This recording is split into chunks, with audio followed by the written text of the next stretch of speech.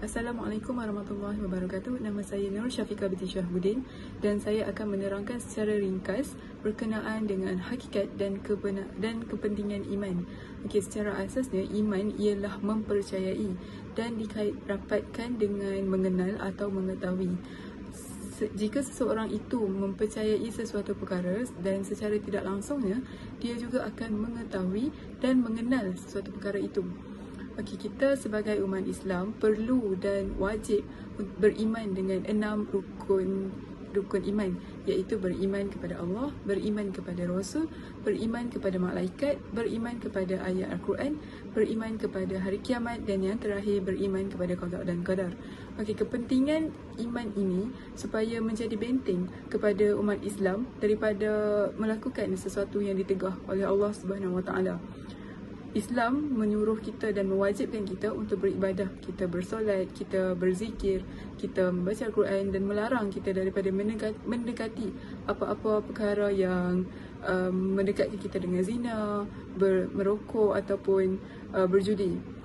Oleh itu, kita akan terhindar dari perkara-perkara yang boleh menjerumus kita ke dalam api neraka.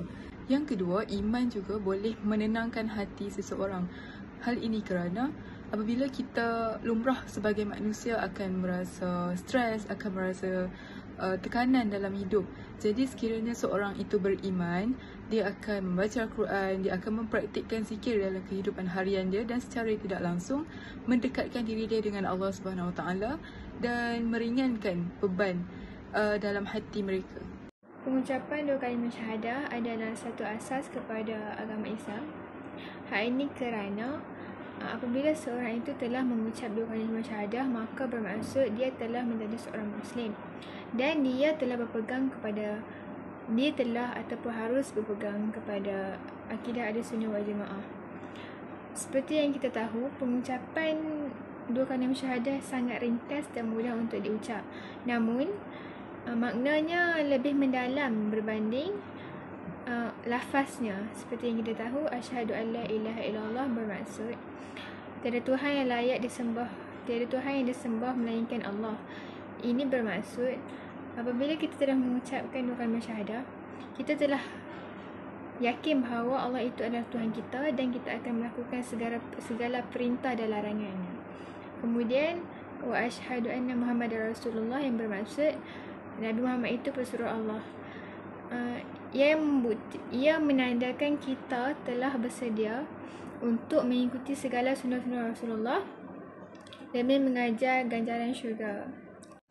Assalamualaikum warahmatullahi wabarakatuh. Pertama sekali, saya ingin mengucapkan ribuan terima kasih kepada Ustaz Zaki kerana memberi peluang kepada saya membuat rumusan tentang hakikat iman dan kepentingannya serta makna 2 kalimah syahadah. Iman daripada segi bahasa ialah percaya, manakala daripada segi istilah ialah membenarkan dengan hati, mengaku dengan lidah serta mengamalkannya dengan perbuatan. Iman terangkum dalam 2 kalimah syahadah. Di dalam Islam terdapat rukun iman, iaitu mempunyai 6 perkara. Yang pertama, kita wajib beriman kepada Allah, beriman kepada malaikat, beriman kepada kitab, beriman kepada Rasul, beriman kepada hari akhirat, serta terakhir beriman kepada qada dan qadar. Kita wajib beriman dengan perkara di atas. Seterusnya ialah kepentingan iman dalam kehidupan. Di sini saya sertakan 3 kepentingan iman dalam kehidupan, iaitu yang pertama, untuk membentuk diri kita menjadi seorang Muslim yang sejati. Seterusnya, untuk menjadikan kita terus istiqamah dalam beribadah dan melahirkan generasi yang berakhlak mulia. Kita sebagai orang Islam perlulah memelihara diri dari perkara-perkara yang boleh merosakkan atau membatalkan iman kita. Seperti contoh, syirik. Syirik terdapat 2 jenis. Yang pertama ialah syirik jali, di mana syirik yang kita lakukan secara terang-terangan, iaitu seperti menyembah berhala.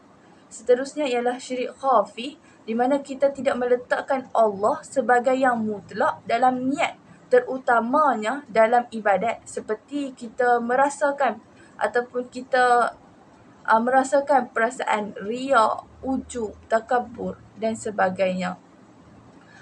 Okey.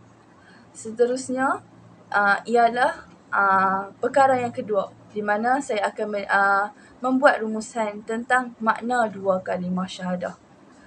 Umat Islam lafaz 9 kali dua kalimah syahadah setiap hari di dalam solat, kerana terdapat bacaan di dalam solat yang mempunyai lafaz dua kalimah syahadah. Ini tidak termasuk dengan solat sunat ataupun dua kalimah syahadah yang kita lafazkan di luar waktu solat.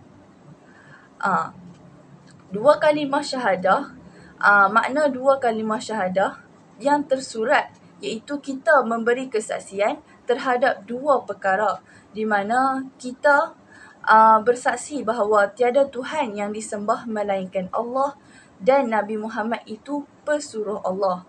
Memberi kesaksian ini ialah kita mengaku dan percaya tentang apa yang kita saksikan adalah benar. Seterusnya, makna daripada segi tersirat ataupun makna tersirat dua kalimah syahadah ialah dua kalimah syahadah merupakan asas agama Islam. Tanpanya maupun tanpa dua kalimah syahadah ini, takkan ada agama Islam dalam diri seseorang itu. Dua kalimah syahadah ini juga keseluruhan ajaran agama Islam berada di dalam kandungannya. Ini bererti apabila seseorang itu melafazkan dua kalimah syahadah, maka segala kewajipan agama Islam akan jatuh ke atas bahunya, dan kita perlulah memikul tanggungjawab dengan melaksanakan perintah Allah dan Rasul. Akhir kata, lafaz dua kalimah syahadah ini kita adalah untuk menjadikan diri kita sebagai seorang Islam, dan kita perlulah menghadirkan hati, lidah serta perbuatan untuk menjadi seorang Muslim yang sejati. Okey. Untuk hati, kita perlulah percaya dan yakin kepada Allah dan Rasul. Manakala untuk lidah, kita perlulah melafaz kepercayaan melalui syahadah. Dan akhir sekali, melalui perbuatan, kita mestilah tidak melakukan maksiat kepada Allah. Sekian, terima kasih.